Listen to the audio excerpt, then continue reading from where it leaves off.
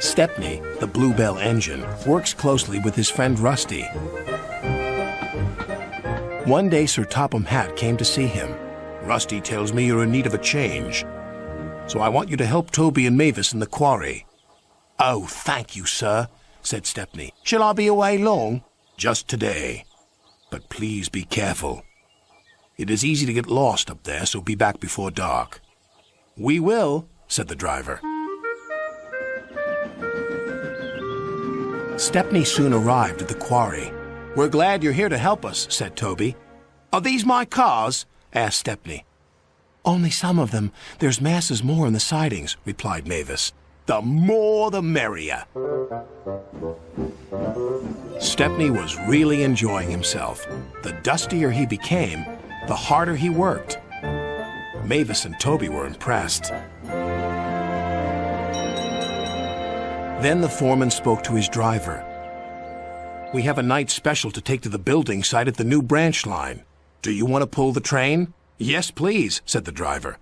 But he should have asked Sir Topham Hatt first. Night came. "Be careful, Stepney," advised Toby. "I will, and thank you for a lovely day. I do hope I can come back again." "The line can be spooky," said Mavis. "Thank you for the warning." And with that, Stepney puffed away.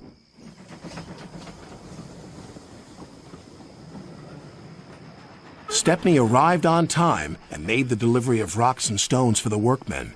Then he set off for home. That's when the trouble began. The fog came down. Mavis was right. Suddenly everything does look spooky. "There's a signal box," called his driver. "And the signal light is green. Someone must have been expecting us." But they weren't.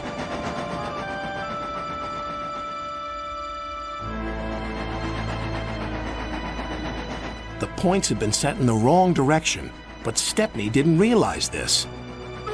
"Home, here we come!" Then they approached an unknown area. The driver made a decision. "It's best if we rest here until the fog clears." "What are those strange sounds?" wondered Stepney.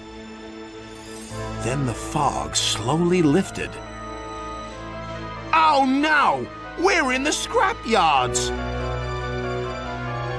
His driver and firemen went for help. Stepney was all alone, but not for long. 2 diesels approached. "Got you this time, Stepney. You'll make very fine scrap indeed." "Buffer 'em, Bert."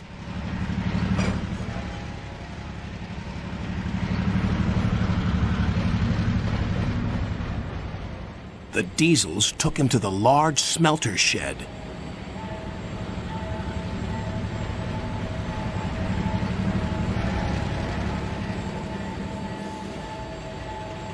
"Bye-bye, Stepney."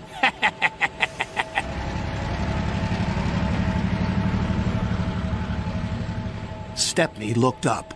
Above him was a huge grabber. "This engine's not for scrapping." The grabber wasn't listening.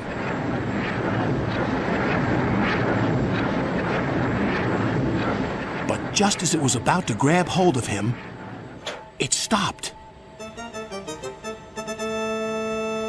There stood Sir Topham Hatt. "It's a good thing I'm visiting this yard tonight. Saving you from scrap is becoming a habit, Stepney. Please stop it." "Yes, sir. But I have learned something." "What's that?" "There's no place like home." "And that's exactly where you're going now." "Bluebells forever."